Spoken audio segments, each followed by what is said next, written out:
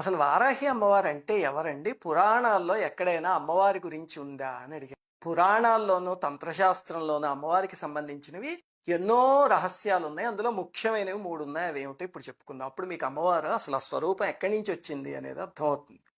అన్నిటికన్నా ముఖ్యమైనది ఏమిటంటే బ్రహ్మాండ పురాణంలో లలితోపాఖ్యానము అని ఉంది. అంటే లలితాదేవి చరిత్ర.